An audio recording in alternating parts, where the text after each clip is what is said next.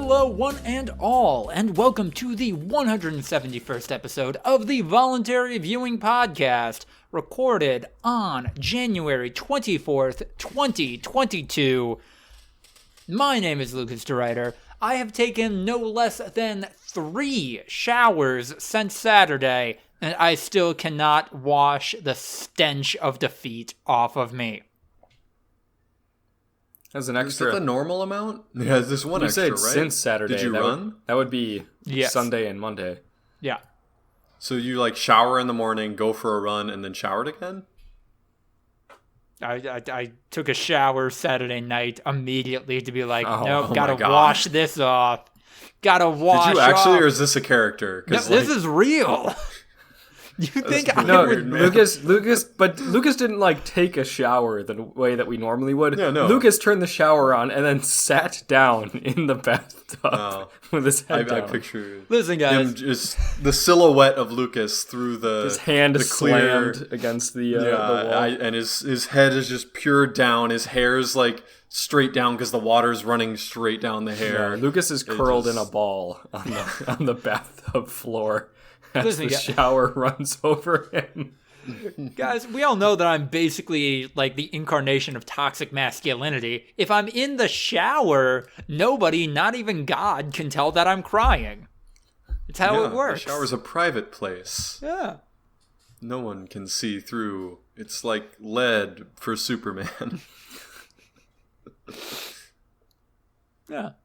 Superman's a fucking creep.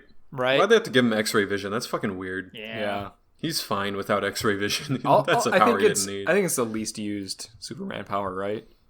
Or is Better be. frost breath his least used? Yeah, he's got... Oh, yeah, let's look up, canonical Superman powers. Turning back time, I think, is the least used Superman His superpower isn't turning back time. Physics just work wrong in the Superman universe. Superman, his power is flight and speed in that case. He can't turn back time. I fucking knew this article would exist, so I googled the term and got all the words right, and it's ranking Superman's powers. I knew there'd be a definitive rank from whatever to whatever. Oh my, this article's claiming there's 25 powers. Okay. Oh my god. The number 25 out of 25 is shape-shifting, which What? I didn't know was a Superman power. No. He's so strong, and Kryptonian's physiology is so advanced that he used to be able to literally change the entire shape and appearance of his body by molding his features using the super strength. He would crush his head in different ways so it would look different. Oh my god. That's horrific. Yeah, no, it's terrifying to think about. And yeah, that's gotta be his least used one, because that's fucked up, man. But yeah, they adapted it to kind of the whole Clark Kent versus Superman thing, where he disguises himself by being good at, giving off different vibes, imitating voices and everything You're not on Ranker, are you? No, I'm on CBR. Okay, because I found one where it's listed so far all of the regular Superman powers that we know. Super hearing is one that I didn't know about. But anyway, number 11 is hyper intelligence. Superman is super smart and can learn languages quickly, apparently. Not just a regular smart dude or a very smart guy. He has super brain. I think all Kryptonians are, right? I feel like they're canonically, just better than us in every way, shape, and form. That's a thing. Yeah. I mean, how about this one? Super memory? I'm sorry. Super memory. That's super smart. Yeah. Those things are the same. Number 24 is super ventriloquism. So back in the Silver Age, he had the ability to throw his voice. Jesus. So wait, that would make people telepathy. think. Superman can read minds? Okay. What? I've got super math. What? There's a comic where he correctly guesses how many beans were in a jar by calculating the weight of both. That's just a super smart. There's just a regular, very smart person. They say, of course, this ability doesn't really stand on its own since Superman is just highly intelligent, but it's a power that they gave to him to see how much they could do with the character. This is a good one. Super eating. Superman doesn't need to eat, but he can. He can eat a fuck ton. Wait, I'm sorry. Is Superman full on a plant where he just needs sunlight to subsist? Yeah, basically the yellow sun gives him everything. Like he's a super everything because of the sun. Yeah. But yeah, also, there's a strip that they're showing of him just fucking demolishing burgers, like, and 4 stunned waitresses with full platters of burgers getting ready to refill him as he's just housing these things, like sensitivity to radio transmissions. Okay, telekinesis. I do see mind control. Okay. It's number 20. Yeah. Number 21 is molecular phasing. He can control every molecule of his being, so he can phase through solid matter. Jesus. Oh, like a Flash thing. Okay. Oh, the memory erasing kiss. I actually kind of remember that one. Oh, yeah. That was a Robot Chicken sketch. Mm-hmm. What was that in? Like, that was in like one of the in one of the Christopher Reeves movies. I think he kisses Lois Lane and makes her forget that he's Superman. There's super hypnotism. Indestructible cape. That's not a superpower. He's got a super cape. I'm pretty sure I've seen pictures of Superman where his cape is in tatters to signify he's having a rough time. Yeah, just like all superhero everything. It's like, oh man, his health bar is low because his fucking muscles are ripping through his clothes. Basically, most of these weird ones all come from like one-off, really old shit, and like the writers just did it as like a one-time joke. Mm-hmm. But this one seems particularly fucked. Number 17, creating tiny Superman. He can perfect cell and just spit out more Superman. Superman gained this power in 1958's Superman number 125. After investigating a spaceship and having it literally blow up in his face, he lost all of his powers but gained the ability to produce little Supermen that did have his powers. Oh my God. He's just the picture is him. There's like a truck driver trying to speed away or something, and he's using his hand to shoot a little baby Superman at the truck. Oh my God. Superman is God. He creates life.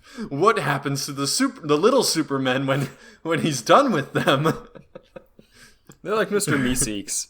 I mean, yeah. They just go away. Do they poof out of existence, or like is this a fucking what's it called? Super Prestige. orphans. Yeah. Super smelling, instant language learning, but again, that's just intelligence. I do see sensitivity to radio signals, super hearing, telescopic vision and microscopic vision. Mm-hmm. Super intelligence. There you go. Ice breath. We talked about. That's like I feel like one of his shittier mainstream ones that everyone kind of knows about. But then they also have super breath, which is different. We are definitely looking at the same list, but like in a different order. Oh, so that's just a lot of wind versus cold wind. Okay. Yeah, instead of cold wind, it's a lot of it. Wait, which feels like, why would you ever do super breath when ice breath does all the things that super breath does, but also has the added benefit of it being really cold? Because maybe he doesn't want to freeze them. He just wants to blow them away. I'm pretty sure he can spin his arms fast enough to make tornadoes. He doesn't need No, that's super the breath. Flash. The Superman can definitely do it, but he thinks it's fucking lame. There is literally nothing the Flash can do that Superman can't do. This is the picture that they used for X-ray vision. I'm linking it in the chat, and that's just... they know exactly what they're doing. The writers just fucking come on, man. That's some bullshit. Oh, is that... And that's somebody that has a relation to that woman on the ground. He's cucking the shit out of that guy. His wife is not in danger. He's collapsed on the ground crying because he knows if he does anything, Superman will kill him. Yeah. No, this is he can't stop Superman from looking at his wife's boobs. Yeah. For the listeners at home, it's a woman in distress in Superman's arms, and Superman's using his X-ray vision to just straight up look right at her chest, as someone who's dressed very similar to her is also in distress, struggling on the ground nearby. So, I'm guessing in the like canon, he's checking like her vitals and her internal organs or something.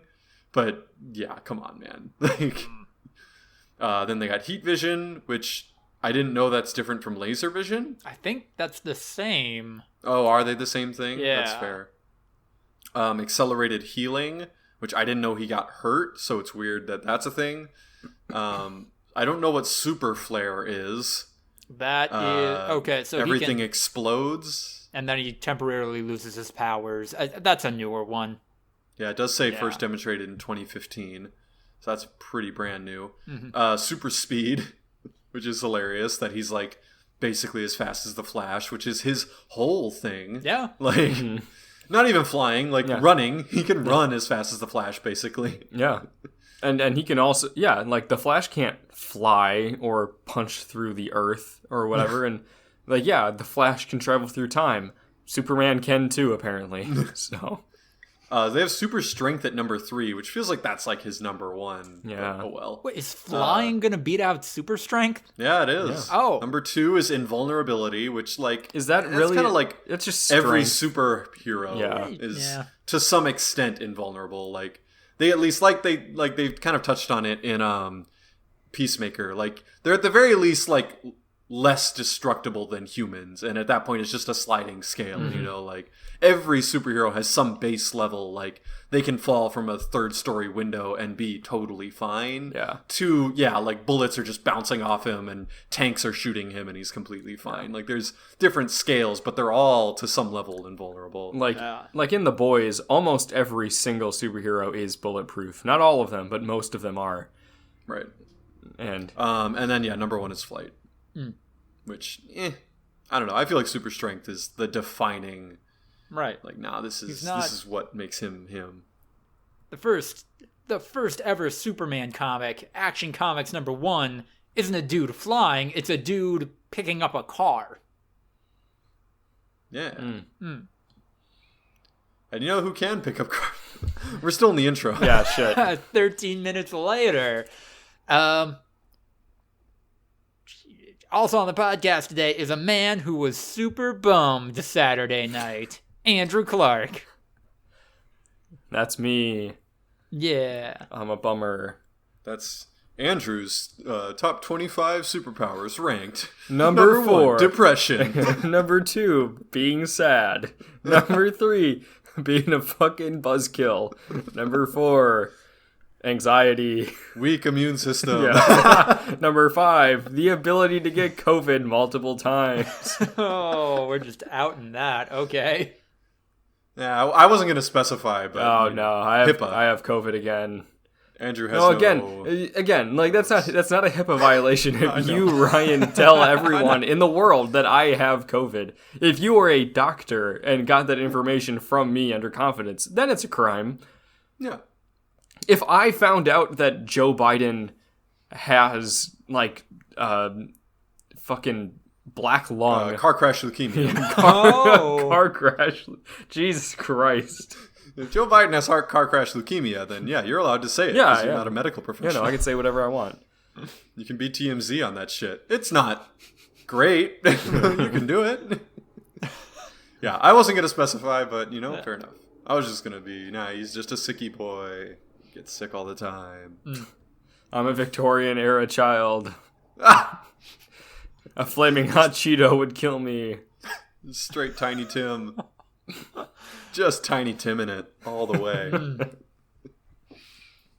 And then last but not least on the podcast is a man who's going to tell us the last time he witnessed a football game where the offense didn't score a single touchdown and still won.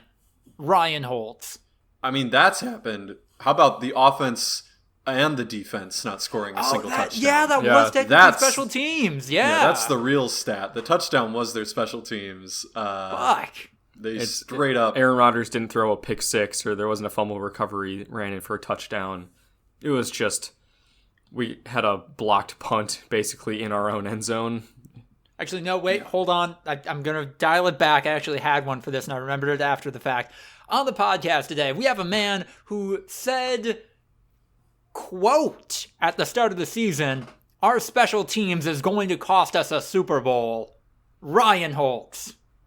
I probably said it at the beginning of the season, but I definitely have receipts of me saying it in early December that it was going to cost us the Super Bowl. I was like, I just don't think this team is going to end up winning it all, and the thing that's going to hurt us the most is going to be our special team. So, but also fuck the offense. The offense was bad too. Oh my god! So. We we had a whole conversation beforehand about Aaron Rodgers and how maybe we're more okay than most people with him not being a Packer next season. And we have to get into it though. But outside of my personal frustrations with how the Packer game went, really good weekend of football. Yeah. An entertaining weekend of football. But a painful one, and one that I could not enjoy to its fullest extent. That's true. If the Packers would have won that game, I would have been a very happy football fan. Yeah. Just like, damn, we got a full weekend of absolutely fantastic games. So really but seems instead like I only got in on the end of the Bills Chiefs game, which made me sad because I'm a Josh Allen fan. Oh yeah. So yeah. Oof. The worst overtime rules in any sport.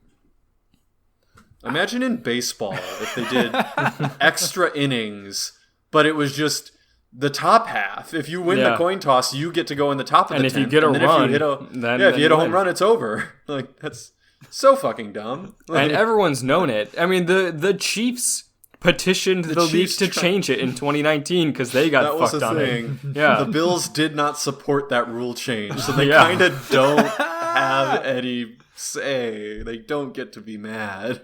I have seen so many hot takes about playoff overtime rules, and I think my favorite one is, and I forget who this is from, a mutual on Twitter, I apologize. My proposed playoff OT rules. Number 1, both teams get possessions of the ball for the full length of the overtime quarter. If there's a tie at the end of that, both teams' kickers. Oh, like a soccer shootout? Yes, at the 28, 30, 40, and 50-yard line. Barring that not making a difference. How would that not make a difference? It has to make a difference. Well, if both kickers make every single kick. Why would there be any? Just keep increasing the distance until someone misses. You could have them kicking 80-yard field goals like they can't physically do it anymore. But barring a tie at the end of that segment... You can't tie that segment anyway. Coach's arm wrestle. I was going to say that one drill that's now illegal that everyone still always does in high school where you lay on your back. Yeah, you lay on your back, flip up, and then just charge at each other. Do that, but it's like trial by combat where you nominate your strongest guy. That's what the XFL did the first time around for coin toss. It was like a scramble, they called it, where the ball would be placed 20 yards away and each team would nominate their fastest or whatever guy. You're talking their old XFL, like... Yeah, the early 2000s XFL. They'd nominate like their faster or what, their scramble specialist, and then they would just fucking dead sprint towards the ball, and whoever came up with the ball, that team would get to choose instead of a coin toss. Jesus. And there was basically injuries every single time they did it. Just straight up. It was the most horrific idea anyone's ever had. So, yeah. No, I mean, it's fucking easy. Like, just make it a 10-minute quarter. Like, that's it. Just add on an extra 10 minutes in the playoffs. I understand in the regular season how it's like, you got to balance player safety along with, like, windows and broadcast. Like, I work in TV, I understand that shit. But like playoffs, nah. Like this has got to be a little bit extra. Like, and that's, there's precedent for that in other sports where like the playoff rules are different from the regular season rules and everything like that. And like if penalty kickoffs or if penalty kicks are very unpopular in soccer, imagine in the NFL having kicker kickoffs. Like, people would be fucking apoplectic. Like, people don't consider kickers real football players. There's no way that they would be cool with that shit. What if there was a like an equivalent to a penalty kick in football though? For like every like 4 unsportsmanlike conduct penalties you get, the other team gets to attempt a 40-yard field goal just for free. That would be wild. Yeah, like a technical free throw. Yeah. I was thinking, what if it was like a penalty shootout, but like soccer rules? So like, yeah, the kickers go first. Then you got position players. Like, you know, like in soccer, you line them up in order of how good they are. And yeah, you just keep taking extra points, and whoever wins the kicking shootout at the end does win. That would be better for me. Like, you're just like fucking third Kenny string Clark. Yeah, your third string D lineman for some reason is your second best kicker, so that's who's going second. And eventually you're just down to the nitty gritty of dudes who have no fucking idea what they're doing. Like, eventually you're just lining people up by who has the thickest thighs. Here we go. It would be interesting. Like, every player would practice. It'd be like free throws almost. Like, every player on the football team would practice kicking to some extent, just in case they're called on. Yeah, and at a certain point, you're going to find out, oh shit, this random, like, super athletic third string safety is a pretty solid kicker for some reason. And I mean, over half of the players kicked in high school. Yeah, that's what I'm saying. There wouldn't be like a realizes. designated kicker. There would just be the guy on the team who does kicks.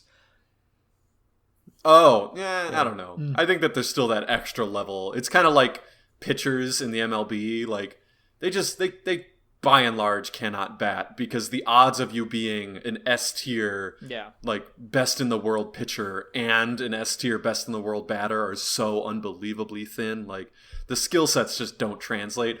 But like all pitchers in the MLB were probably the best hitter on their high school team because they were the best athlete on their high school team, you know? So like, yeah, a lot of the guys can kick and they were their kickers in high school, but like, nah, they can't compete with actual professionals because the odds are unbelievably thin, you know? That's why the kickers are probably better at playing some random position in the NFL than like a safety would be at taking, you know, like, because the kickers are fucking legit too. Like, kickers can play football. They've all played a lot of football in their life and were probably their star quarterback in high school or whatever, and then slowly had to transition. Except for like the Aussie rules punters.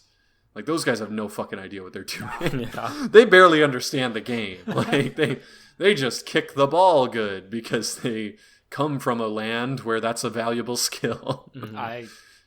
We just threw out 5 ideas, maybe half of them in jest. All of them better than just, we'll do another 10 minutes, but, you know, everybody wants to get home for the evening news, so first one to score wins. Yeah, my favorite one is the fucking ref right before it is like, all right, gentlemen, we start a brand new football game. Now, like, they always couch it with that, and it's like, no, it's not. Like, you're straight up is not a new football game. This is a weird bastardized version. And something I cannot stand is there's a lot of football fans when they see people complaining about the overtime rules, they go, oh, should have played better defense. It's you're tied, and then you're saying one other team gets an extra possession. Yeah. And that is not fair. We are playing a game here. This is a game that has rules designed to make it fair. Yes, one team is better than the other. That's the whole point of finding out who wins. Giving one of them an extra chance makes it not fair. Yeah. The Bills-Chiefs in particular, like, had scored so many touchdowns so quickly. Basically, both defenses had just been sprinting up and down the field They're for exhausted. the last 15 minutes. Yeah. Like, they were completely gassed. There's a reason that the Chiefs kicked a field goal in 13 fucking seconds. It's because there was nothing left in the tank for the Bills defense. The Chiefs went 50 yards and got into field goal range faster than Dak Prescott was able to slide and try to clock the ball. I'm serious. Exactly. Yeah. No, it's shade. Yeah, the Cowboys had 14 seconds to run and slide and get the ball snapped and spiked, and the Chiefs, they had timeouts obviously, but still were able to go and make it an easy field goal in 13 seconds. Like, it wasn't even like edge of your seat. Harrison Butker's about to try to save the season on a 60-yard prayer. It was a very makeable field goal that you expect your kicker to make. Like, did you guys see any of the Rams-Bucks game? Almost none of it. No. I don't think mad. I don't think I've ever seen so many unsportsmanlike conduct fouls in a single game. Damn. Brady got one. Yeah. I saw Brady got one, but that was because he bragged about it recently. Yeah. He bragged about, like, basically saying he never gets unsportsmanlike fouls because he's Tom Brady. And so this theory is that Sean Hockley, the ref, heard him talking shit and was like, I'm gonna get this motherfucker. If he crosses me, I'm gonna get him because he's talking shit. I also saw a mini conspiracy where Brady maybe bit his own lip as a part of trying to pull off a flop. Like, I'm bleeding. Of course that's unsportsmanlike. Come on, I'm Tom Brady. Roughing the quarterback. Let's go. If he did, he deserves it. It's like a pro wrestler like using a razor to cut themselves to sell the illusion better. Like, that's dedication. Like, I can't even be really mad at that. Yeah, no, fuck it. Overtime rules are stupid. Yeah. Packers fans have been saying it for a long time. Chiefs fans have been saying it for a long time. And now look at them. Now they paid off, and I don't know if they're necessarily happy. I think they'd much rather, continue. That would have been an all-time great game, regardless of outcome. And it still was, but, Yeah. It's sad that it went out the way it did.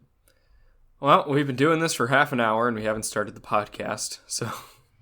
Hey, the introductions are a lot of people's favorite part of the podcast. We have the that's all they prove listen it. to before turning it off, because they don't want to listen anymore. What's more enticing than a 10-minute tangent about Superman's powers, followed by a 10-minute tangent about playoff football? The people who care about those two things independently, practically a circle of a Venn diagram. It's provocative. It gets the people going. It's just us. We're the middle of the Venn diagram in that mixture. And it's because I'm into football and Lucas is into comics. Like that, we've pulled each other into the middle there. Like and in the middle, one sick boy. Yeah. Like We've just, the crossfire of our friendship has created this unique circumstance. We're making a podcast for no one. We're making a podcast for us and anyone else who stumbles into our orbits. Yeah, talk about parasocial relationships. We've literally molded someone to somehow care about the rankings of Superman's powers and also... like the minutia of NFL overtime rules. That's a Gollum-esque human being that we've crafted over years of podcast content. Yeah, the thing is, we're not using this podcast to talk about the normal things that occupy most of our day. We're using this podcast to talk about the things that we're really interested in, but don't get a chance to talk about very often. So it's the worst of us.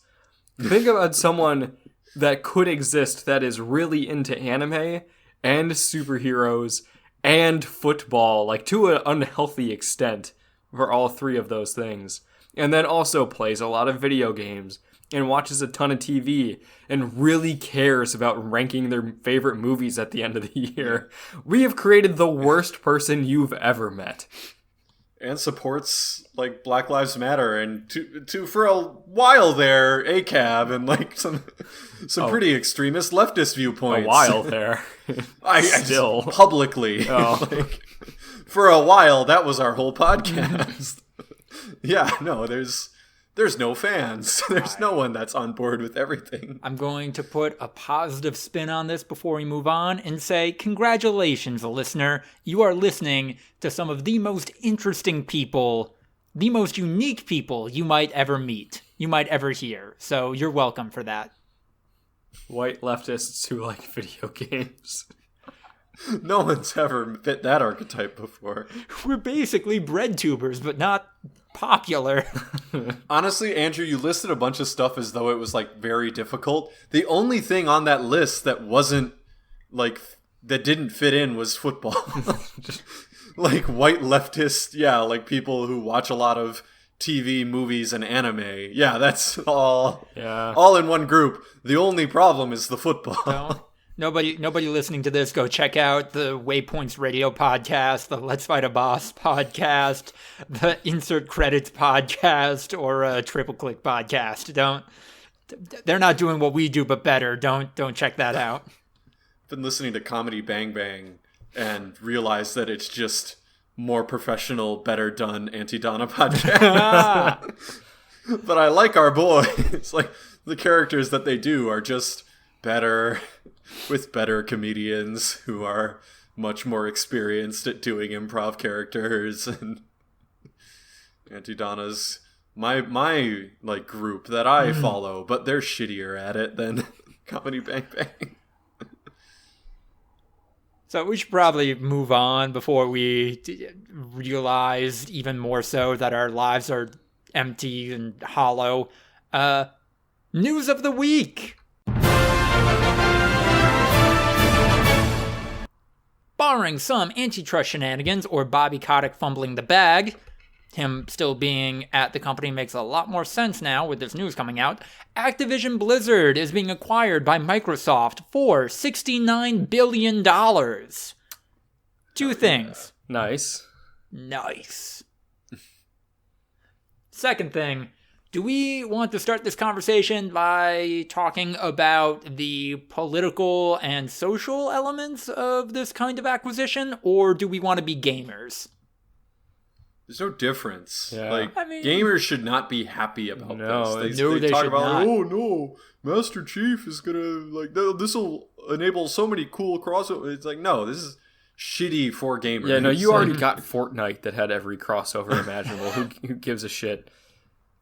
No matter how much you trust Microsoft, this is bad for gamers. Like, if the most trusted names in gaming all decided to unite and come together, that wouldn't be good for gamers, even if you do trust all the companies involved. Yeah. And you don't, because Microsoft sucks and Activision sucks. So I have seen some people talking about how, oh man, maybe Microsoft owns Spyro, owns Crash Bandicoot now. Phil Spencer is saying they're going to revive these old IP. That is nothing but PR spin as far as I'm concerned. Microsoft is going to do nothing with this besides make more Halo and more Call of Duty. Mm-hmm. Maybe we'll finally get an Overwatch 2, but also if you're playing Overwatch, I don't know if I respect you. Also, like, Lucas played how many hours of Overwatch? Yeah, they're not going to put resources into reviving these IPs. They're just going to re-release maybe like an HD version or put them on the Xbox store and make money off of them. Yeah. Like, that's it. That already happened for Spyro and Crash. So, I'm sorry, 2000s kids. Your time is done. Yeah. You've had it. The time of the Zoomer is here. Go to that When We Were Young concert and definitely catch COVID, but also... Young concert? Have you seen any of that? Oh, no. Sorry. Once again, I'm not on Twitter. I pictured... am I right in guessing correctly that that is simply the Killers playing When You Were Young repeatedly for hours on end? No. Not that far off. Okay. It is every emo band at a show in Vegas this October. Yeah, so there's MCR, Paramore, AFI, Bring Me the Horizon, Taking Back Sunday, Dashboard Confessional, Manchester Orchestra, yada yada yada yada, Avril Lavigne, a bunch of shit like that. I guess it's When You Were Young is what you said. I thought it was the When We Were Young concert. No, it is When We Were Young. Yes. The song by the Killers is When You Were Young. Oh, Yeah. see, I had them. Yeah. There you go. Mm-hmm. So yeah, that's what I pictured. Is just the Killers is coming back, and they're only doing one of their hit songs. They had like 3, but they're only doing the one over and over. Like when the fans clap, they're like, "It's an encore! Here we go!" And then they just do it again. Yeah, no, like that's when We terrifying. Were Young is people are calling it like emo fire festival. It does not look well organized, and it's very expensive, and no refunds under any circumstances. And it's probably going to be like But it's in Vegas, so like absolute shit. the show. worst thing that happens is you then just go to the casino and gamble. You don't get stuck on a random fucking island with no power and like bathrooms and water. But Or again, you die in a desert. Is it in Vegas or like in the I desert? don't remember if they have a venue listed. Las Vegas or Las Vegas, Las Vegas. Las Vegas Its festival grounds, which I think is That outside of must just Vegas. be. Oh, it is Las Vegas Festival Grounds. Let's check it out. No, it's Oh, it's on the right next to the Sahara. Oh, it's by the strip. Okay. It's where we saw that giant empty space, and we were like, "Wonder what that is." Yeah, it's Las Vegas Festival Grounds. So yeah, What if it's just they in the literally Raiders walk. Stadium? I mean, that's kind of what I thought. I Right? kind of assumed that it might just be in that because they also have the big space near it and everything like that. But yeah, no, they could just walk off and go gamble or some shit. Like, yeah, they lose a lot of money on the tickets, but like, eh. Jade wants to go. I want to go. Are you going to deny her? I'm not going to deny her. I definitely don't feel. Here's the thing. I don't like any of these bands. I don't. Damn. I didn't listen to this kind of music when I was a kid. I mean, like, you know, if I liked some tangentially related music, like if Fall Out Boy and the All American Rejects were gonna be there, I'd be like, okay, I can get behind this.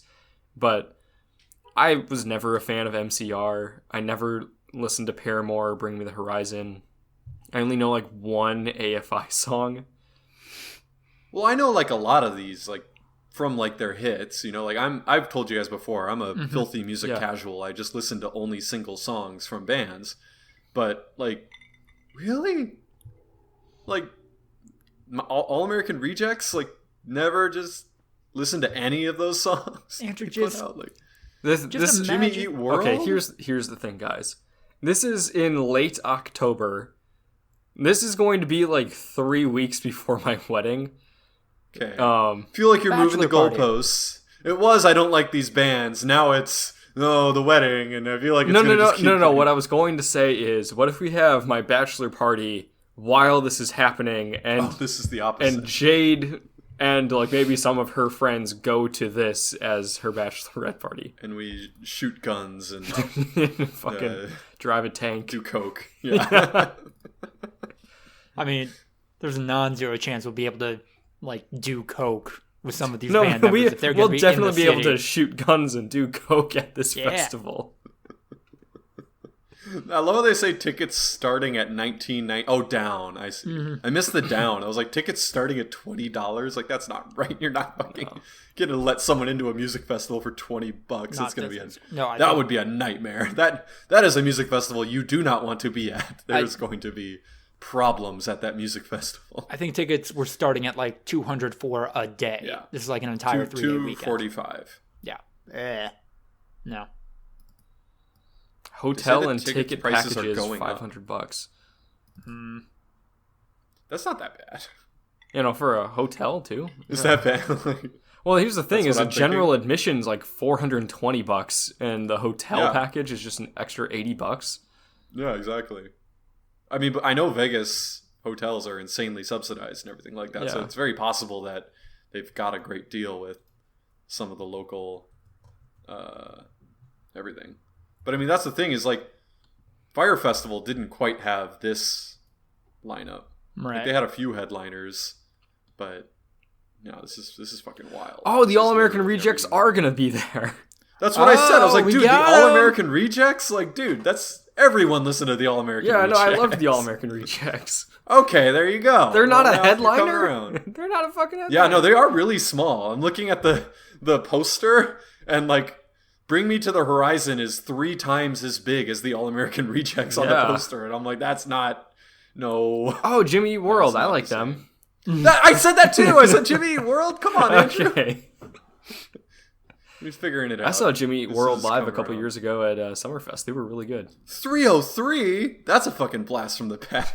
Is 303 not canceled? They're like real problematic. Well, right? here's the thing. Half of these bands, I'm positive, have not been active for like 10 years. So like, there's nothing to cancel. The band didn't exist, and now it's back. Yeah, but now it's back, and I feel like someone would be like, 303 had some pretty rough lyrics, right?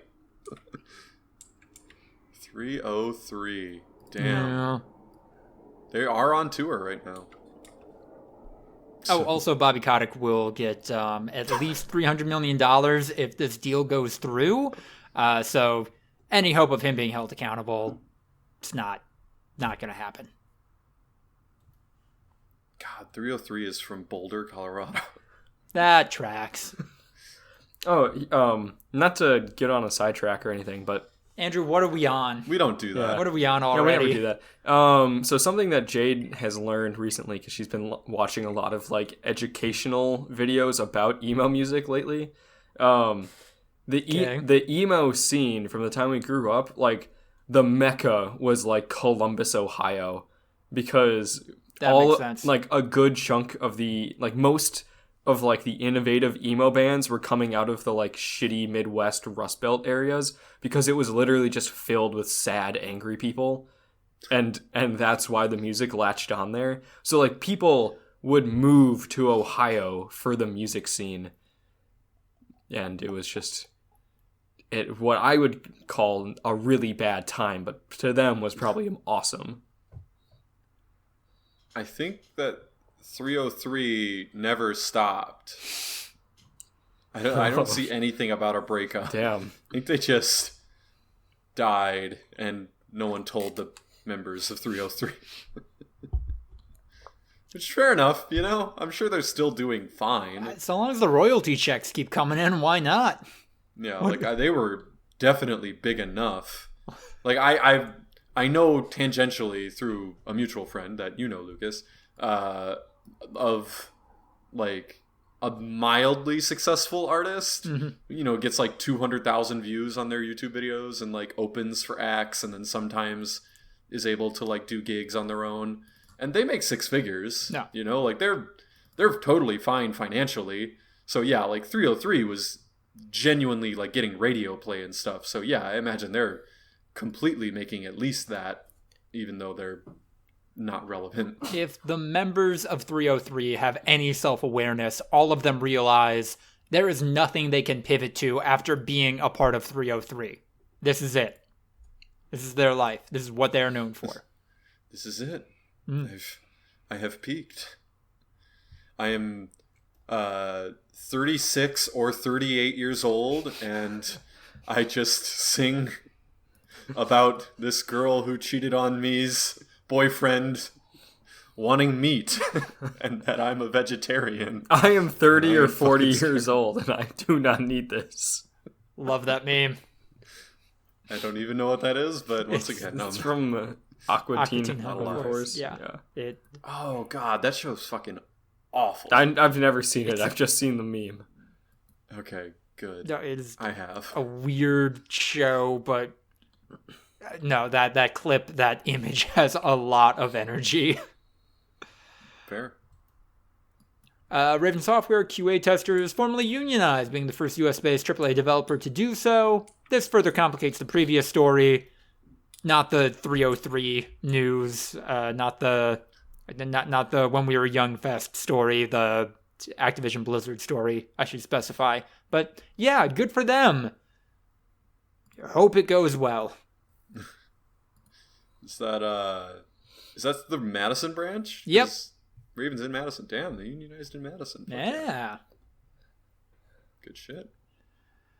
Moving on to TV, Joss Whedon gave his first interview following widespread accusations of misconduct over the course of his entire career. He still sucks. Is this why I was seeing all the stuff about how Joss Whedon maybe killed a kid when he was like 8 or 9. I didn't hear any of that.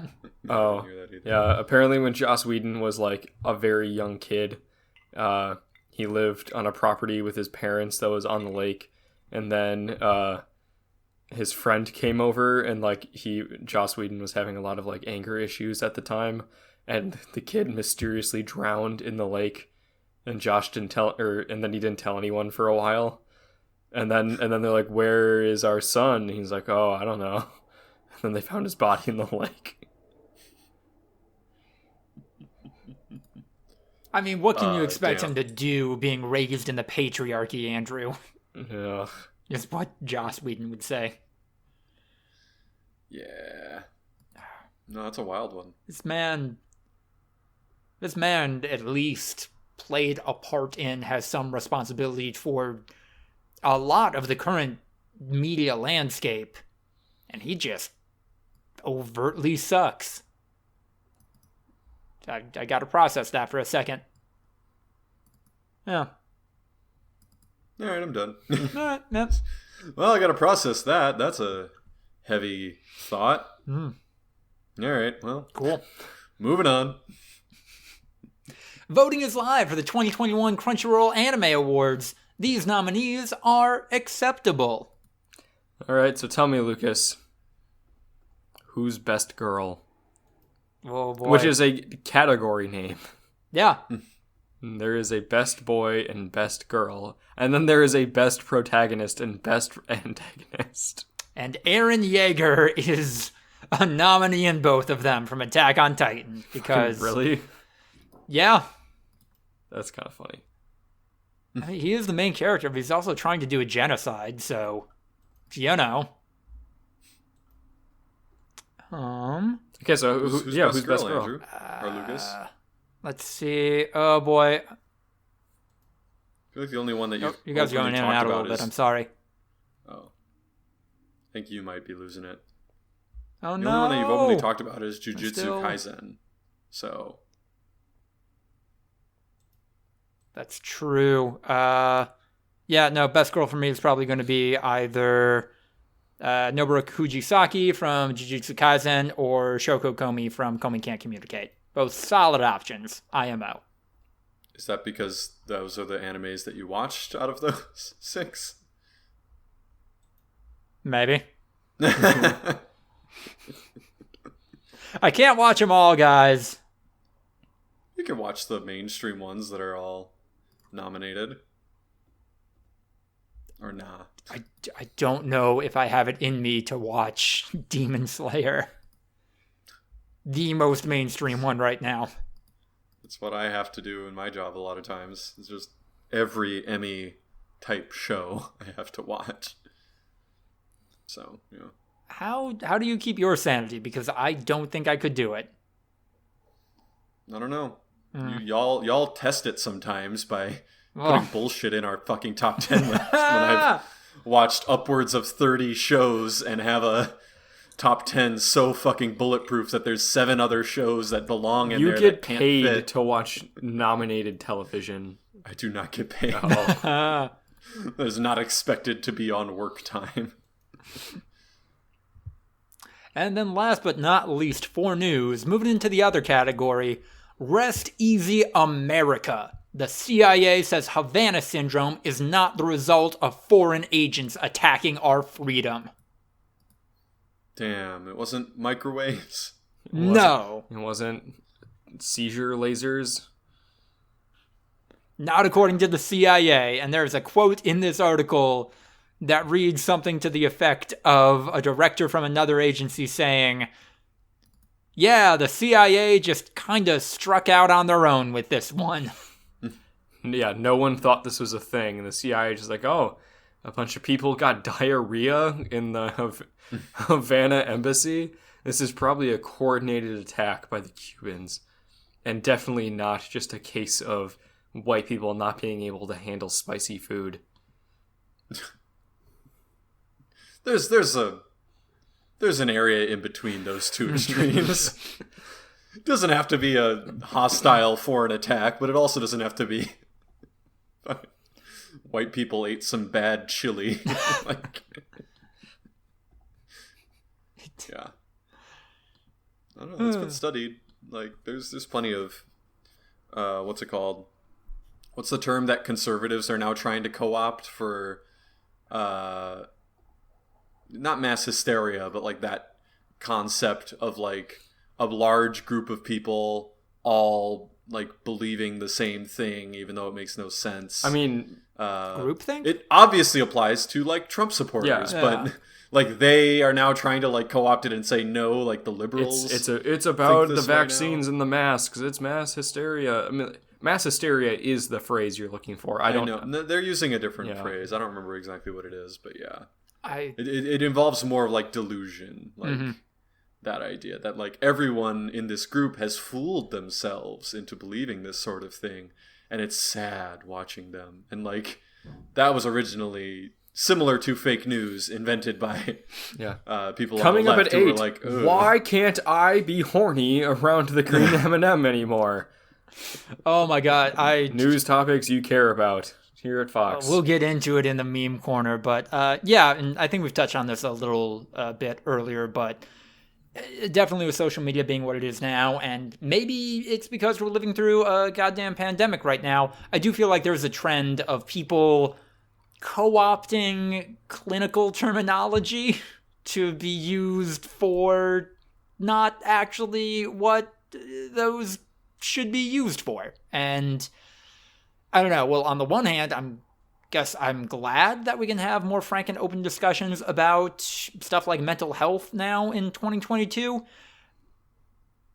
It shouldn't be at the expense of these terms kind of losing their meaning, or people saying that they have these things without taking steps to have that diagnosed, or how to manage that if they do actually have a condition. I don't know. I have a lot of big feelings on this, and I don't think I've totally sorted them all out.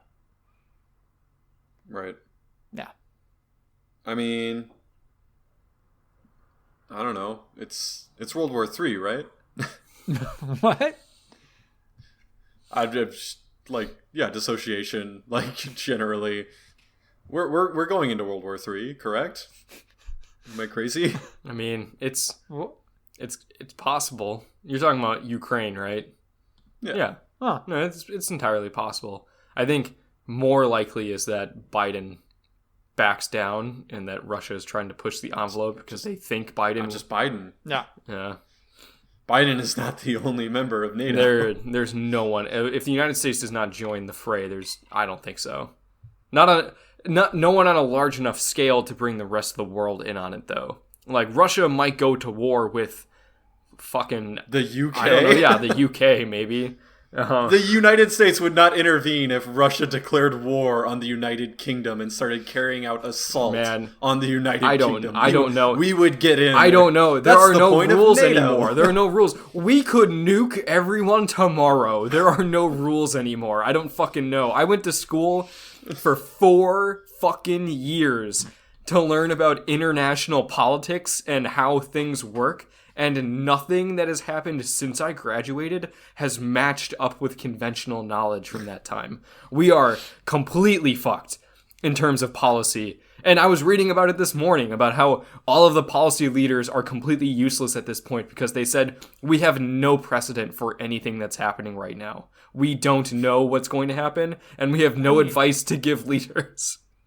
I mean, we do have precedent for one country invading another peaceful country, but it's in the a way the war. world is structured right now. They're like, everyone just kept saying, this can't happen with the way things are set up right now, but it is happening.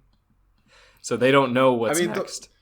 For me, like, I 100% could see the UK getting involved. Like, they seem hell-bent on preventing, which, fair enough. Like, at the end of the day, we're across an ocean. Right. And, like, sure, ballistic missiles and stuff like that make that less relevant than it was in World War II. But, like, it is still a thing. It's a factor. Whereas, yeah, like, France and the UK are literally right there. I could see them getting involved. And if they get involved, there is no point in NATO if we don't come to the defense of the other countries in NATO, because that's what it was, is if you get fucked with, we come to your aid. So Guess what we might find out about NATO?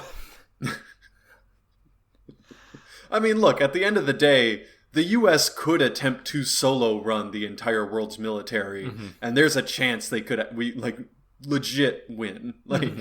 Straight up, we have more carriers than the rest of the world combined by a long shot. Like our Navy has the second biggest Air Force in the world, only second to the fucking Air Force. Obviously the United States is the biggest, but the UK is pretty fucking huge too. And yeah, if they get fucking involved, I think all bets are off in terms of what could happen. I mean, sure, but also it has happened before where the greatest world coalition of nations that has ever existed was put to the test and then it just crumbled.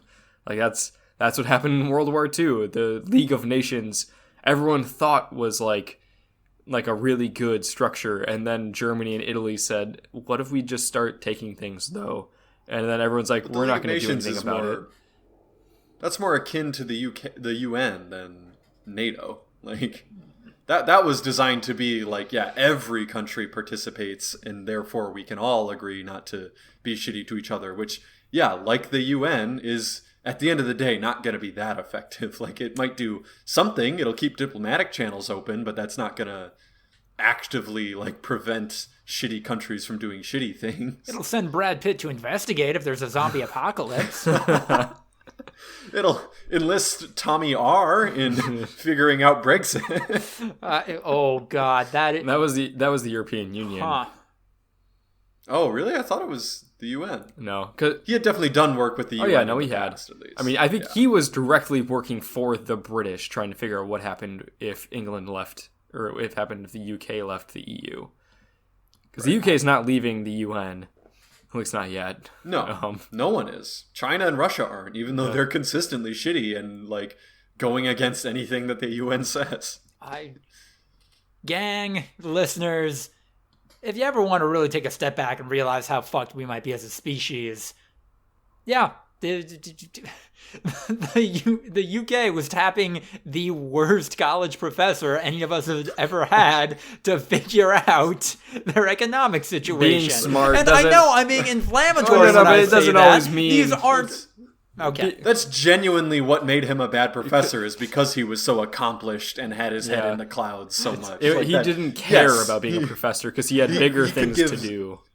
Zero fucks about teaching a bunch of snot-nosed undergrads about fucking, I don't even remember the title, globalization.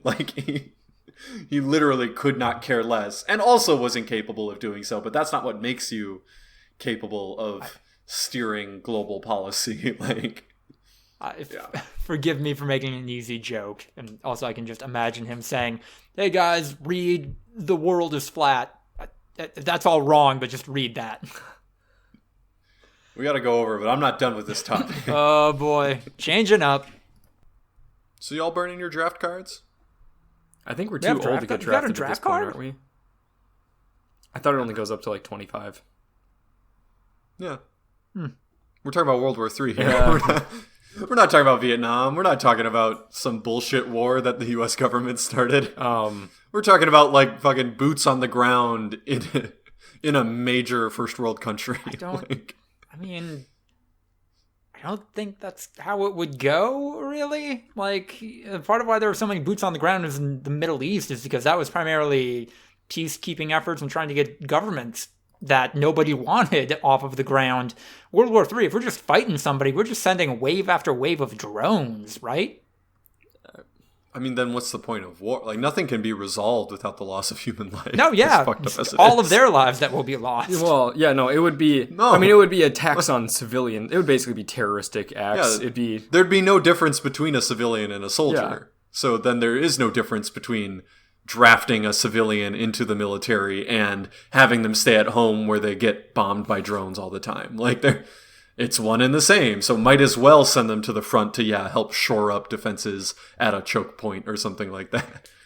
And we're fucking in our mid-20s. It might be on 25 to the paper. I genuinely don't even know what it is on paper, but nah, man, World War II, they went deep into the people in their 30s. World War II, they went people in their teens. Oh, I mean, Yeah. any war where there's a draft, 19 is the prime, Yeah, baby. it That's starts where at you get your 18. meat. Like, Yeah. Nah. I don't know. I mean, again, state of the world. We had this conversation like a year and a half ago about World War III kicking off. Yeah, but that was like North Korea. That's different from Russia. yeah. You know? North Korea, at the end of the day, has only got China. And like, China does not like North Korea. China doesn't like North Korea. Yeah, like they're not... They're just kind of their little brother that they're like, okay, I guess we'll help you, but we don't really like you at the end of the day. Like Russia legitimately has allies who would come into the field and is now just actively threatening any country who's like kind of aligned with NATO, saying, don't you fucking dare get involved. Yeah. No, shit's gonna get weird, man. And Putin is genuinely on the precipice of not being popular anymore in Russia, and the minute he's not, he's just dead. Like, Yeah. he has nothing to lose. If he thinks that this would help him gain popularity and shore He'd up do it. his support in Russia, he'll do anything. He could legitimately launch a nuclear attack if he had a feeling that it could help his approval rating, because who gives a fuck if millions of people die when the only thing that matters is his own life? Like, yeah. North Korea is different in that, like, they're not necessarily, like, head screwed on straight thinking about survival only. Like, that is what Putin is thinking, and he is very good at what he does. And if it just come down to starting a global conflict where untold millions will die, or himself dying, he's gonna pick the untold millions every time. And nothing helps shore up support like a war. As Joe Biden will definitely see if it comes to an actual hot war. Like, people are talking about his shitty approval ratings. They will be well into the 60s if the United States actually goes to war here. So, yeah. I don't know. Finally find out if just joining the army will help me work out all my stuff. It doesn't. No.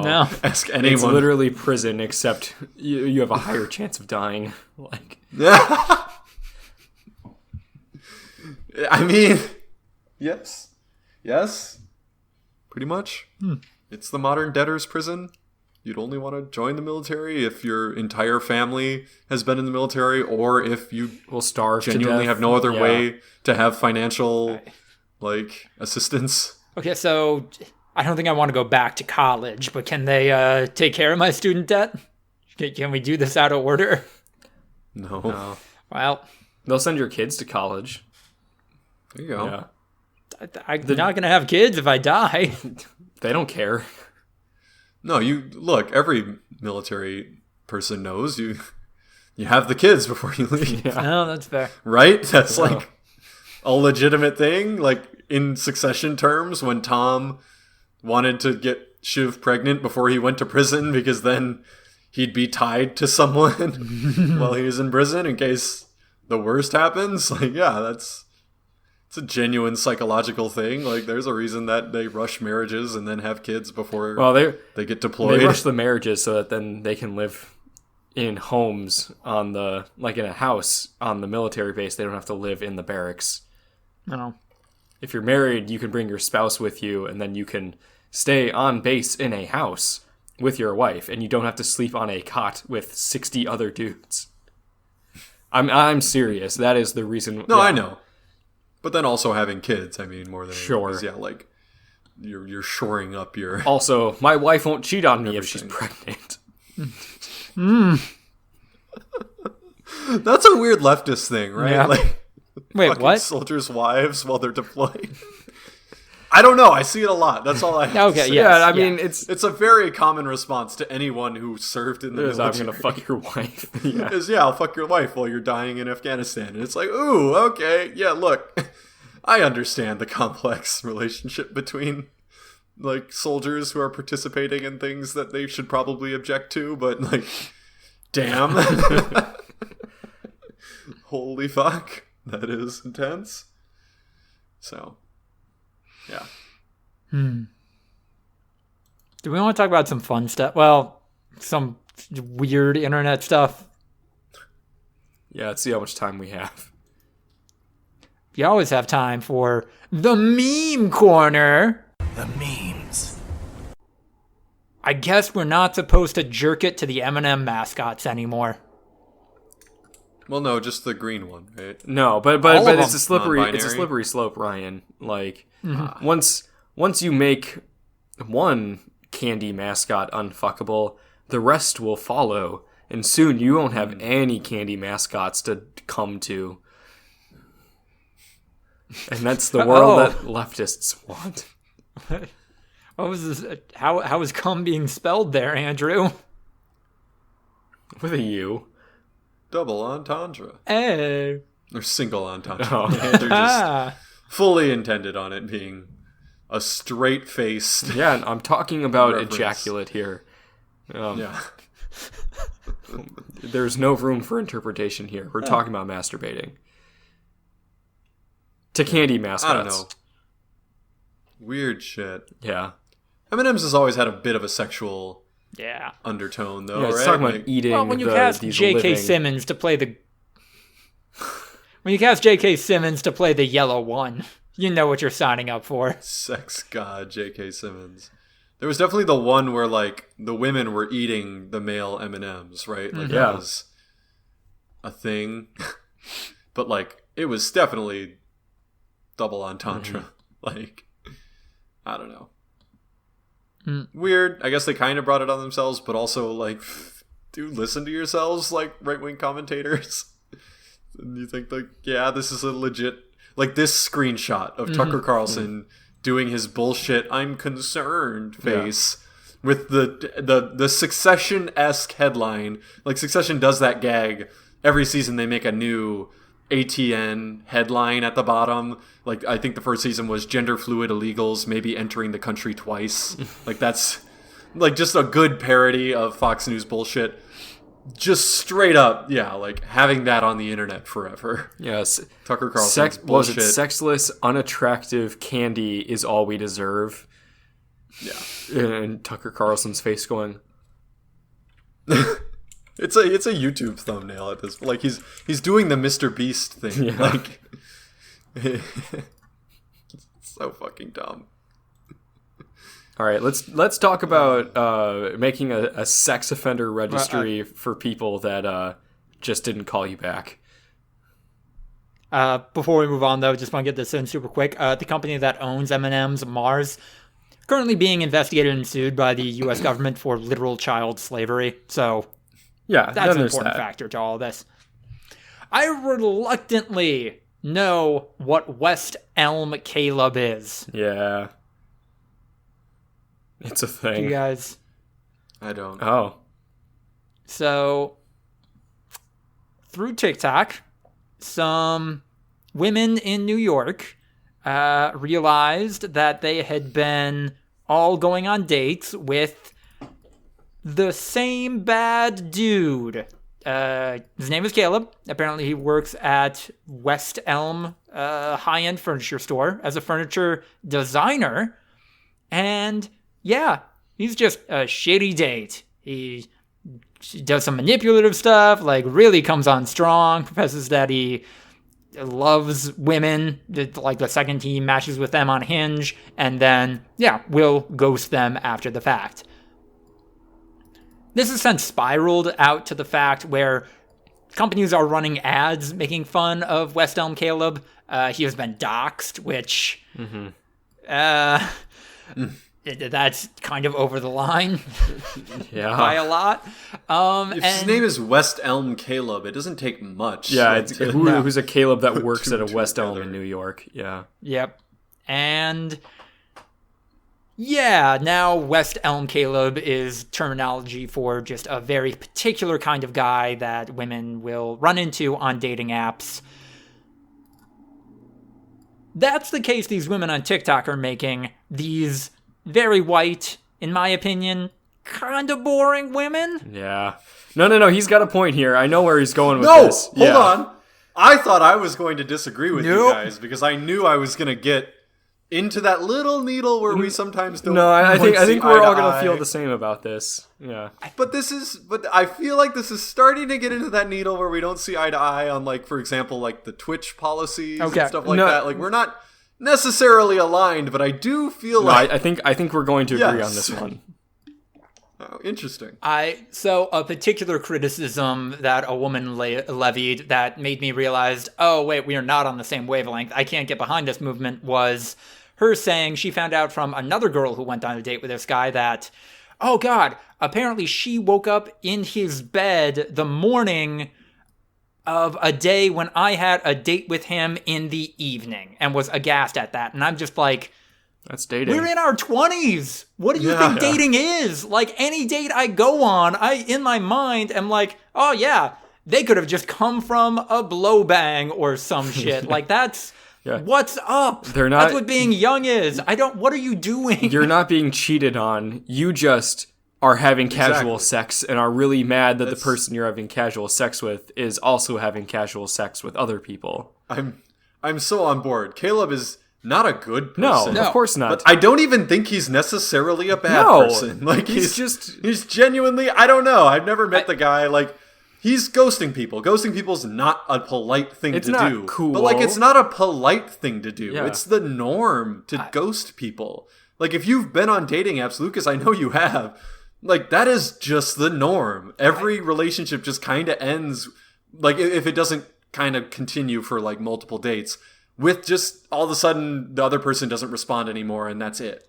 A while ago on a dating app, I ghosted someone who I had matched with because they sent me a 500-word essay on what their plan to retire by the age of 30 was. And I'm out. Yeah. I don't have a response to that. I've never ghosted anyone, but I just think it's one of those things that's not polite. Mm-hmm. I would prefer that people don't do that. It makes you a bit of a jerk depending on the circumstances. But it's just not an indictment of a human being. Like, it's not what they are as a person. And, like, I think maybe here is where, like, the needle comes in. Like, we can definitely acknowledge, like, the logistics of dating apps and the fact that, like, generally speaking, what women do to men on these apps is now being flipped on them, and they don't like that. Yeah. Like, I'm just saying. Yeah, in total, I'm just saying it gets incel-y quick. It's an incel slippery slope. We don't want to go there, but I am. Here's the thing: this has become a trend now, where women on TikTok are like they're doxing every single person that is hooked up with them and ghosted them, or just sometimes their ex-boyfriends that they don't like anymore, and it's giving all their details and explaining why no one should ever date them and putting them on blast on social media.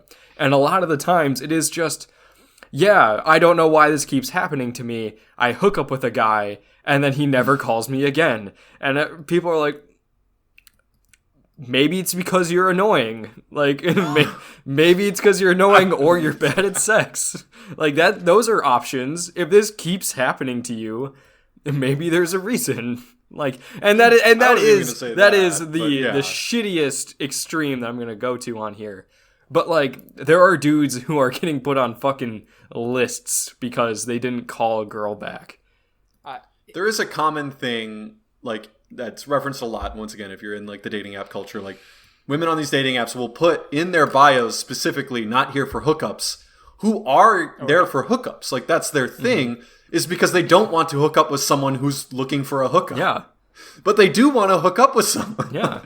So they're trying to, like, filter out the West Elm Calebs to get, like, genuinely good guys that they are not interested in pursuing long term. They are there for a casual relationship, but they don't want to be in a casual relationship with someone who wants to be in a casual relationship. Like, that type of psychology is what leads to this because they don't want to feel like they're the one ghosting people. They don't want to feel like the man whore. They like that. Then it's not them. It's I don't know. So, like, it's the whole thing. I get it's a mess. My both sides take on this is that Caleb definitely seems like the bad kind of fuckboy. Like, one of his moves would be to send these women a playlist he made. and like say, oh yeah, I made this while thinking about you, and it was the same playlist every time, and but I know anyone exactly what kind of That's the world we live in. like man. if you What the fall fuck? for that shit, like right. that's on Like, you. my other side of this was, I'm sorry, women, but like, if you go out with a guy who could literally be one of Ramona Flowers' evil ex-boyfriends, like, I don't know what to tell you. Yeah. The writing was on the wall here. There's been a million studies done about dating apps, and yeah, the dirty little secret is that there's like 15% of the users are women, and they try to hide that fact all the time. And then, in reality, that creates a very unequal hierarchy. And I'm not saying, no, men are oppressed, blah, blah, blah. Like, I'm not, that's where it gets into incel territory. But, like, yeah, in reality, the top 1% of men are the ones that are getting any sort of, like, interaction on a consistent basis on these dating apps. So, yeah, the fact that one of, like, the men that has turned this into a game to get as many hookups as he possibly can would use, like, some of those strategies. Yeah, that's the world. Because he's gotten it down to a science. He knows. It knows is. what to do. Yes. Women talk about opening lines all the time. Like that's a well-known thing. That's just an opening line to do something like that. Like it's just a very successful opening line that because he's a good-looking guy works. Like it's and people know that. That's a concept to have an opener. Like, oh yeah, his opener was shitty. Like, that's a thing that is repeated on these apps. It's used for everyone. I saw a bunch of these, like where they're basically, like, documenting the guy that wronged them. A lot of them were just like, and he was way too short to treat me like this. Femcells are real, man. Like, it's fucking weird. It's tough. Yeah, femcells are real, but they're just not oppressed by society in the same way. So it's like... It's the equivalent of, like a black athlete supporting Louis Farrakhan. It's like, yeah, look, that's just bona fide racism, but, like, it's not the same. Yeah, it is a problem. It's not the problem. Like, it's exactly. on such a smaller scale compared to, like, this is actual sexism. This is not systemic. Yeah. Women don't hold the power. That's where incels are wrong. Yeah. Like, this is shitty behavior. And, like, these... women doing stuff like this makes total sense, and so does men doing stuff like this. Like, everyone's whatever. Yeah. No one's necessarily the bad guy. Doxing someone named West Elm Caleb seems like the easiest thing that anyone's ever done in history. Yeah. So, yeah, the minute that you start posting about a West Elm Caleb, it's pretty much doxing. Mm-hmm. So, I kind of want to change my... Yeah, no, I'm not going into it. No. What was this? As a joke, I kind of want to change my Bumble and or Hinge profile to read something to the effect of trying to be the NoHo West Elm Caleb and just see what kind of reaction I get from that. But I don't think that's a good idea, actually. Lucas, I don't know if any of your dates are aware of this podcast, but... Oh, they're all aware. They are. I open with they're all aware. Every yeah. single one. Yeah. You There sure you you go. want them to be? Where do you think the majority of our listens come from? Yeah, I was going to say, that's the welcome, gang. majority. They're checking them out. Every single... Like, we get, like, 7 listens. One of them is my mom, and the other 6 are people that Lucas has interacted with in the last week. And they're checking out his podcast. Speaking of something that I definitely want the people who I go on dates with to know that I know about, Tifa Lockhart is an honorary Italian after an FMV porn video featuring her accidentally airs during an Italian Senate meeting. No, it was great. It was one of the more horrific things I've ever seen, but it was really funny. I mean, In what way? Okay, I'm using that word incorrectly because I like to exaggerate, Okay. but I just mean it was so... Can you imagine being the guy, the fucking Italian senator who accidentally started sharing his screen while watching hentai porn? That is... No, I can't imagine No, that. exactly. I literally... I mean, I don't know how you I'd get have in to that kill headspace. myself. Like... But, like, why... You How? know, exactly. Like, how did you... I know. Like, I can't put myself in that headspace, but if something like that Exactly. happened to me, I could not recover. I guess, but it's like, oh, imagine if you found yourself in Hitler's shoes and you've already killed 5 million Jews. Well, oh man, that would suck, wouldn't it? And it's like, yeah, but no. Like, how did I don't get feel there? I don't feel bad for the guy. It's just cringy. I'm not saying you should. Yeah. I'm just saying it almost doesn't make it bad for me because no, that's not a cautionary tale. There's plenty of cautionary tales that I could relate to, and it makes me feel real bad inside because I'm like, damn, that could be me. I could see myself doing that. This is one, no, there's just no world.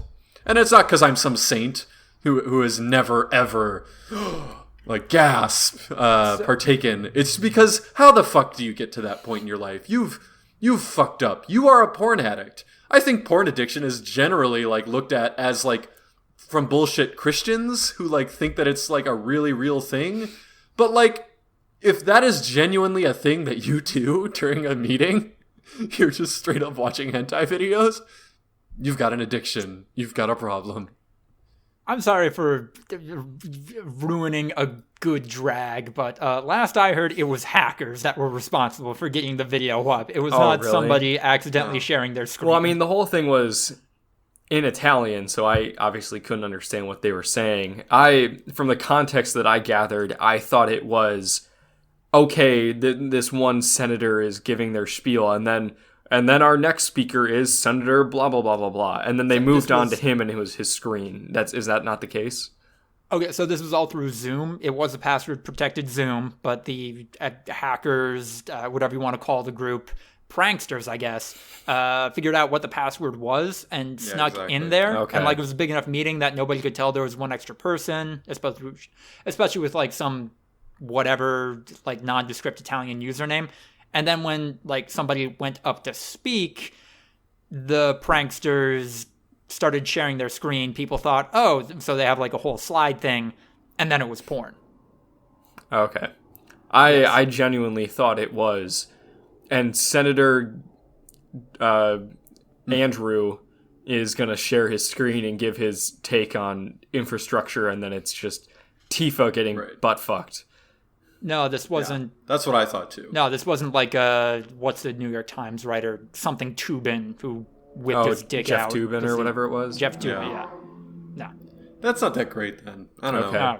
It's a decent prank, and yeah, I hope that these people aren't like hackers who must be stopped at any... Yeah, they're fucking pranksters. Like, they got if it's a password a prank, that is funny. engineering. Like, that is funny.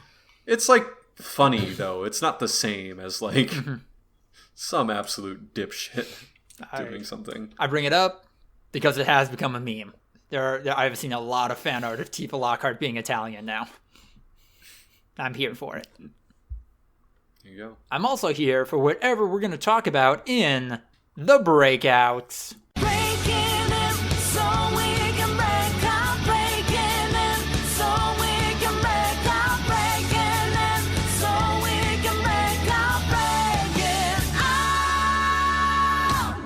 Looks like we're going to talk about The Silent Sea. Yeah. I watched The Silent Sea. It's a Korean show on Netflix about scientists that go to a moon base to investigate some spooky shit that went down there. And it's very tropey. I think it was very good. I enjoyed the hell out of it. But it is just that perfect mix of like, oh, we're on a space station and there's some mysteries afoot and you can't trust anybody. And like, it is so tropey. And like, we've seen like the videos and sketches that have made fun of that particular setup. I don't know if I have ever really seen something that executed it in real life.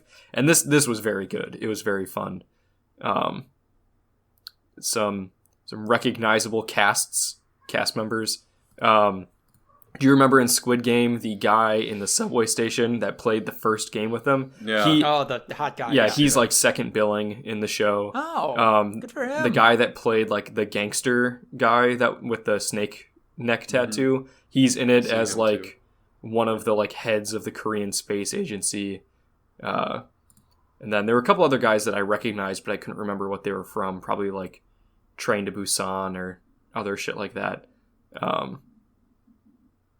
What's going on? I clicked on one of them, Yoo Hee Ji, And the first link was to AsianWiki.com. Oh. So there. And the first bar is user rating. And it's just a sliding scale. I don't like this. Is that something I'll have to look into for my job, No, or is it on Mirror? I don't think so. Okay. I think this is just a standalone website. Okay. I'm relieved. AsianWiki.com. That's fucked up. I'm on the Silent Seas Wikipedia page looking at the cast, and Yuhiji is not clickable on my screen. Are you looking on like a different version? No, that's what I'm saying. This is a website called AsianWiki.com. It has nothing to do with the show or anything. Like, I just clicked on... I searched the actor because I was like, oh, I mean, this guy kind of looks familiar. And then the number one result was a website called AsianWiki.com, which apparently just rates people who are Asian. So it does do the same thing for, like, programs and stuff. Oh, you've heard of this? No, I just pulled it up, clicked on a TV show, and it had, like, a user rating for the show as well. So I think that's every page on that wiki has a user rating. Which still weird. Is bad and dumb and not how anyone should consume any kind of media, but also Western viewers have a weird fetish for doing that to Eastern media. I don't like it. Yeah. I don't like it. Yeah, not so much. Also, I wonder if there's anyone who's bad. Ooh. All of them are in the upper 80s or lower 90s so far. Now, here's someone who's an 80. That's the worst I've seen. Well, you are digging into that. I will give some quick updates on what I'm checking out. Oh boy, am I not checking anything out, really? Fuck. Beat Pokemon. Beat the Elite Four. And, well, that game does have a pretty extensive post-game. I don't got it in me since another Pokemon game is coming out on Thursday. So I gotta line them up again. And I'm excited for 3D olden times Pokemon. I feel like I will enjoy that. I hope I enjoy that. Rack 'em up, rack 'em up, rack 'em up.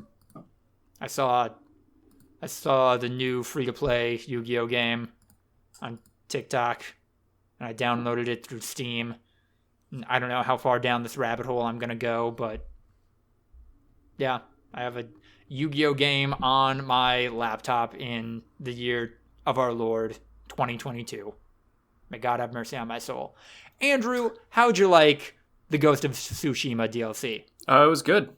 Neat. Just kind of more of the same, diving into Jin's backstory with like the whole shit that went down with his father, which you get a little bit of a taste of in the main story. But this is like how he died and why and how Jin feels about it, because he has to go to another island that's off the coast of Tsushima to fight this new Mongol leader. And during that period of time, he gets poisoned, and it makes him like relive his memories and shit. And kind of coming to terms with the fact that his father was like just an awful human being and a war criminal who slaughtered hundreds of innocent people. And I mean, like, a big part of Ghost of Tsushima, the main storyline, the theme would probably be like challenging your convictions and trying to like get past what you know and like not always be set in just accepting everything that leadership and your family is telling you.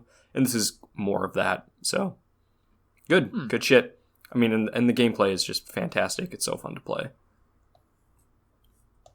I'm glad you're enjoying it. I'm sorry you didn't get to the DLC early enough for it to count for 2021. We went over this. It wouldn't have counted anyway. Ah, okay. Ryan, what are you checking out? Still playing Madden. Barry Alvarez is very good. Winning a lot of games. Trying to crush away my sorrows for the real life Green Bay Packers not being good by winning with a bunch of Badgers. Yeah. Who I mostly respect. How's the Six Flags lifestyle treating you? Oh yeah, went to Six Flags yesterday. It was completely empty. Yeah. Like, literally completely empty. We rode Goliath, which is the best coaster in the park, twice in a row. with no line. Like we walked on both times. We went when it opened. So we rode Goliath twice, and then rode Twisted Colossus, which is a coaster that Angel kind of likes. And I started feeling a little sick on Twisted Colossus after riding Goliath twice, and then Twisted Colossus all within like a 10-minute span. Then went on Scream and started feeling like pretty sick. And that was all, within like half an hour. So I was like, wow, that's a lot of coasters in half an hour. So then we went on Riddler's Revenge after a slight break because it was a bit of a walk there. Definitely sick. And then we were like, oh, we'll take a break. Oh, look, there's this DC's Justice League ride where you shoot bad guys. That's probably good, right? It's like a VR, but you're in a car that like jumbles and spins and moves and shit. So really sick after that. And I was like, well, we've ridden 6 rides and it's only been like an hour and a half. Like, my God. Want to just bail? Like we got a full day in an hour and a half. Like, would you be down to just leave? And so, yeah, that's the glory of having a season pass. Yeah. Got in, got some rides, and got out. I think I probably should have said that I went to fucking Epcot a couple days ago because I was in Florida for a work conference. And part of that was they gave us passes to like Epcot for the last 2 hours that it was open, and went on some rides with coworkers there. Have you guys been to Epcot recently? Have you gone on the like mission space, like Mars mission Not thing? recently. Okay, I was a little kid. I was in Epcot in December of 2019, or maybe January 2020. I think the only ride I went on was Soarin'. damn. And we went on Soarin'. Soarin's always fun. Huh. But there's a ride there where you like basically get strapped into like a rocket ship cockpit, and it's kind of like a VR thing, but it's also a centrifuge. And so like you and everyone else, you're spinning to like give you that feeling of lifting off in the rocket, and it's sick. It's so cool.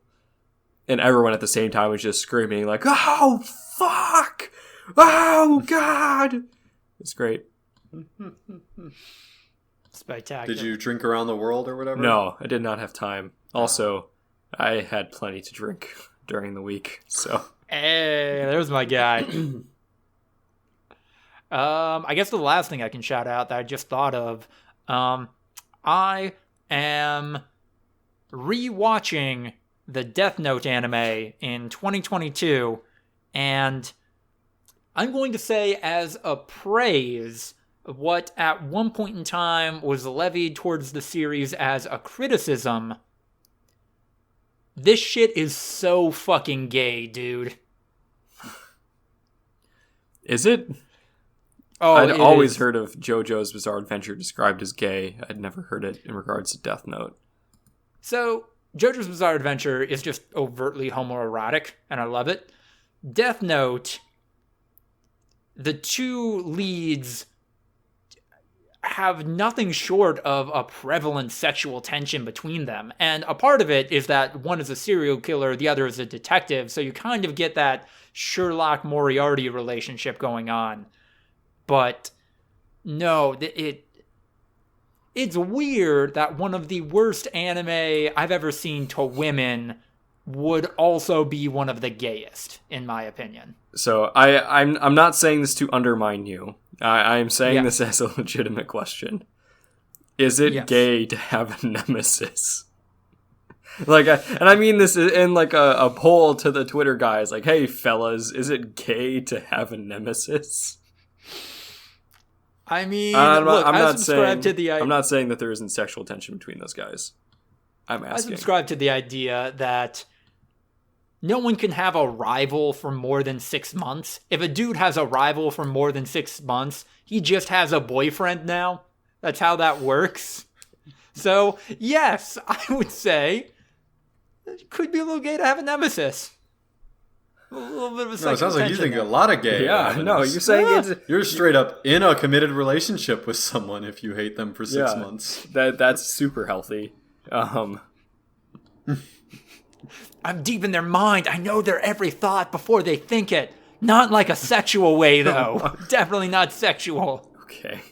Everything's romanticized. That's the problem. Like, it's viewed through the lens of, like, media, so people think that, like, oh yeah, these are two hyper attractive people that, like, don't like each other and are also, like, super smart, so they're always saying the right thing, and it's a game of cat and mouse, and that's the, like, sexy part. Like, in reality, it's just two ugly people mudslinging. Like, it's not sexy, it's not attractive, it's two flawed human beings who are just advanced monkeys throwing shit at each other. It's not like, yeah, like what you said, like, oh, I know his move 10 seconds before he even takes it, and he knows that I know his move, so I've counteracted that. But, like, no, it's fucking bullshit. Like, it's two people who just don't like each other, like, going after it. It's not hot. It's not gay. Ryan. There are, sure, look, there's been cat and mouse relationships in the real world, I'm sure, that, yeah, do meet the fan fiction level of erotica writing, but no, by and large, that's not what it is.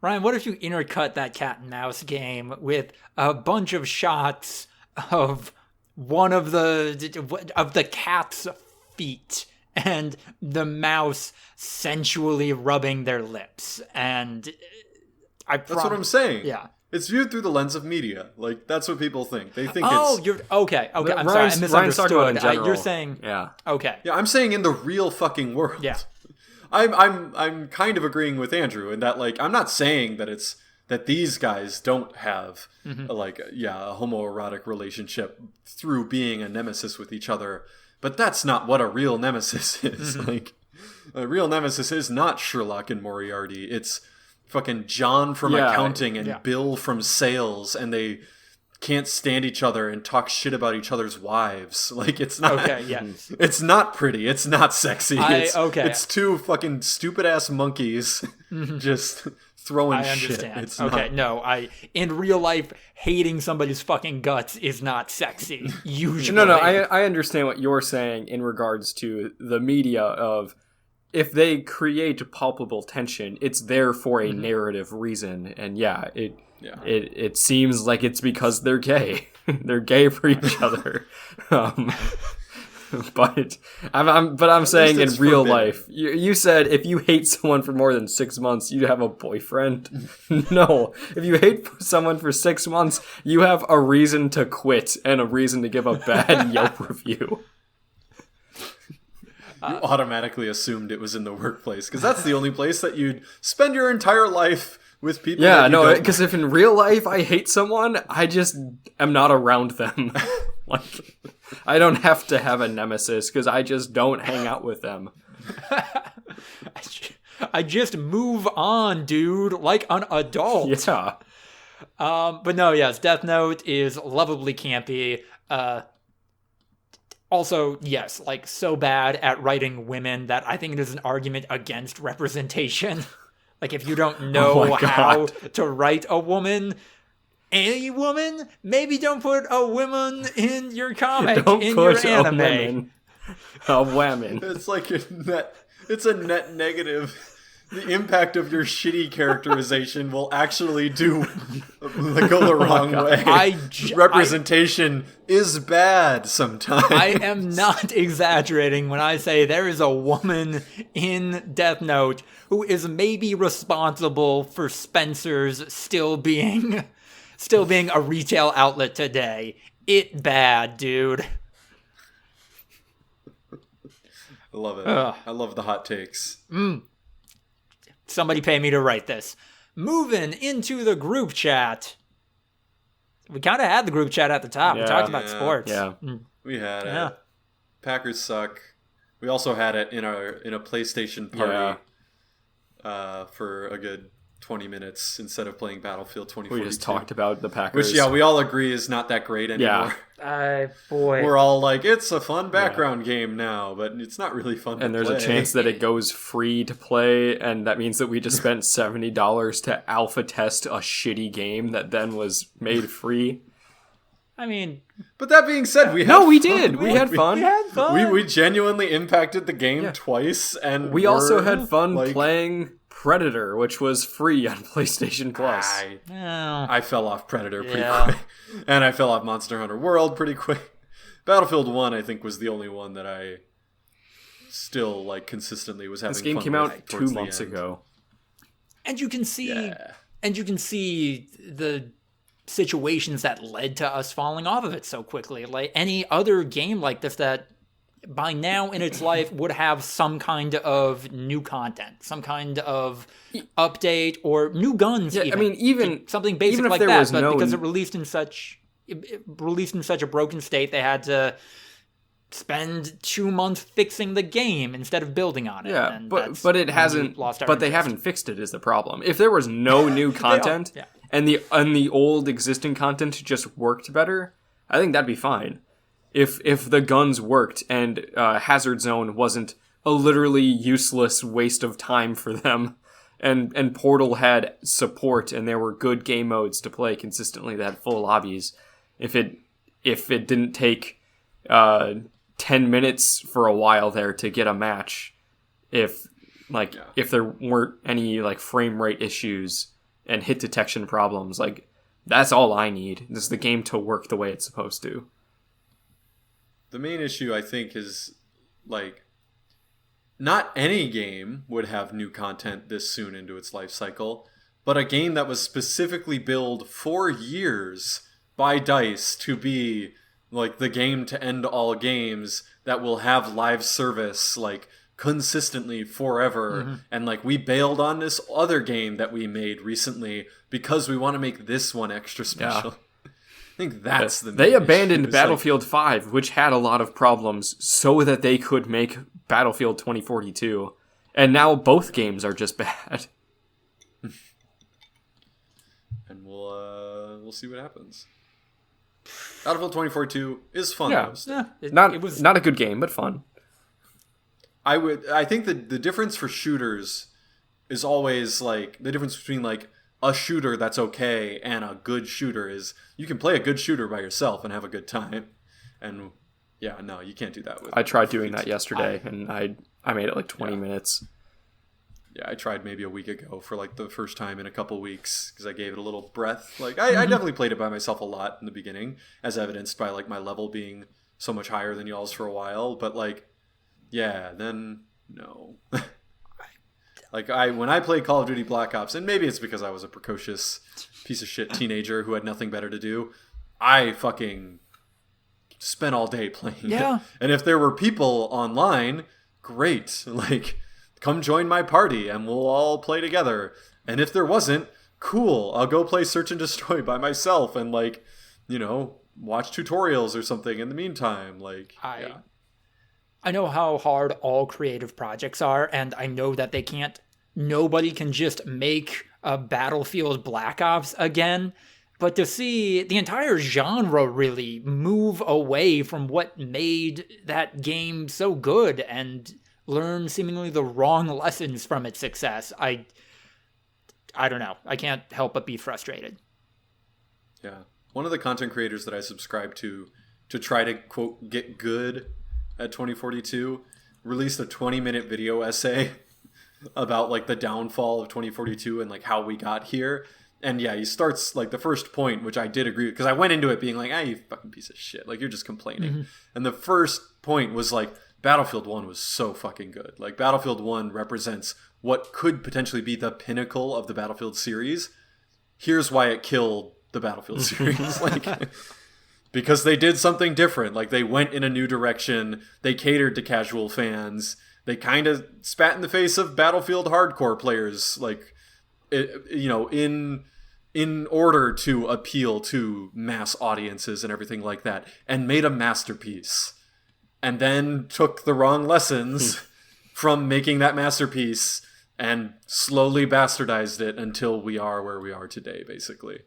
Like, and yeah, it kind of made sense, honestly. Like, just we've been multiple steps removed now from Battlefield 1, and even though it itself was a fantastic game, it kind of accidentally led to the downfall of the series where we are kind of now. And I was like, damn, it's well thought out, man. Kudos. So. All right, I think that is just about going to do it for the 171st episode of the Voluntary Viewing podcast, titled TBD. Gotta have a little debate over that one. If you enjoyed what you heard, like, comment, subscribe, etc. Check us out on Instagram, YouTube, and TikTok for highlight clips. ActBlue link in the description down below.